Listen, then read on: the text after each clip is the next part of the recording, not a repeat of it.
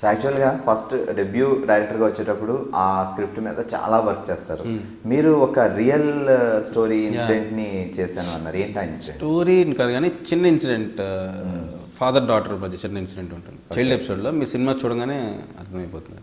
So ఆ real incident ఎక్కడ? నాకు మై డాటర్. అచ్చా, మీదే మీ ఇన్సిడెంట్నే. Okay, super. సినిమా చూసిన తర్వాత మాకు అర్థం అవుతుంది ఇన్సిడెంట్ ఏంటి అనేది.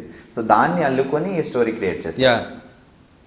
తర్వాత ఇంకా హీరో క్యారెక్టర్ అవన్నీ 1 by 1. ఓకే, ఇండస్ట్రీకి వచ్చి ఎన్ని ఇయర్స్? 2005లో వచ్చాను. 2005లో యాజ్ ఏ ఫస్ట్ రైటర్గా ఎంటర్ అయ్యాను. Okay, super. తర్వాత డైరెక్షన్ డిపార్ట్మెంట్. తర్వాత I done couple of movies. తమిళ్లో సినిమా చేశాను, ఓకే. తెలుగులో ఒక చిన్న సినిమా చేశాను. ఇట్స్ లైక్ డెబ్యూ, ఇదే ప్రాపర్.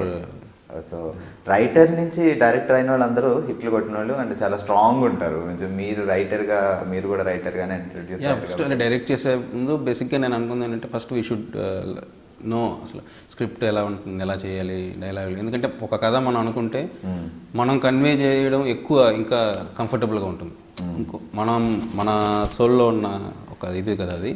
ఆ కథని ఎక్స్ప్రెస్ చేయడం మనమే రాసుకుంటే ఎక్కువ బెటర్గా ఎక్స్ప్రెస్ చేయగలం ఒక నమ్మకం. అందులో క్యారెక్టర్ ఎలా అంటే డైలాగులు కూడా ఎలా ఈ సినిమాలో ఎలా ఉంటుందంటే ప్రతి క్యారెక్టర్ ఎలా మాట్లాడాలని రాసుకునేటప్పుడే మనకు తెలుస్తుంది. ఇలా మాట్లాడాలి, ఈ క్యారెక్టర్ ఇలా ఎక్స్ప్రెస్ చేయాలి, హీరో ఇలా సో ప్రతి క్యారెక్టర్ సత్యరాజ్ ఎలా ఉంటుంది. సో అవన్నీ రాసుకోవడం వల్ల రేపు మనం ఎగ్జిక్యూట్ చేసేటప్పుడు కూడా ఇట్ విల్ మోర్ ఈజీ అనమాట. సో స్క్రిప్ట్ అప్పుడే డైలాగ్తో సహా వచ్చేసింది కాబట్టి. అసలు ఫస్ట్ మీరు ఈ స్క్రిప్ట్ అనుకున్నప్పుడు రామ్ని అనుకున్నారా, లేకపోతే రామ్ని అనుకున్న తర్వాత స్క్రిప్ట్? లేదు, ఫస్ట్ కథ అనుకున్న తర్వాత అంటే ఇది సినిమా మొత్తం కూడా హీరో షోల్డర్స్ మీద నుంచి తీసుకెళ్ళాలి. సో అతని వాయిస్ ఓవర్తోనే స్టార్ట్ అవుతుంది కదా. సో హీరో అనేవాడు సినిమా మొత్తం కూడా తీసుకెళ్ళగల.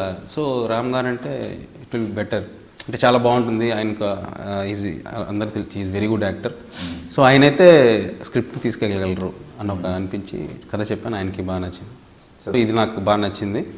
సో రామ్ కూడా ఒక చెప్దు ఈ కథ ఒక 3-4 డేస్లో లెట్ యూ అన్నారు. సరే ఓకే, నచ్చింది సార్కి. 3-4 డేస్ అంటే ఇంకా చూద్దాం అనుకోగానే just I came vent down and పక్కన కాఫీ తాగుతున్నాను. వెంటనే ఫోన్ చేసి మధ్యాహ్నం చెప్పేస్తావు రామ్కి అన్నారు. సో ఐ వెంట్ 3:30 అరౌండ్ వెళ్ళాను. ఆయనకి మళ్ళీ 1.5-2 hours నరేషన్ ఇచ్చాను. He also like it. So ఇంకా ఆ కథని సినిమా అనే స్పాన్ రాగడానికి క్యారెక్టర్స్ తీసుకురావడం, కథని ఎలా చెప్తాం, దాని మీద 1 year వర్క్ చేసాం.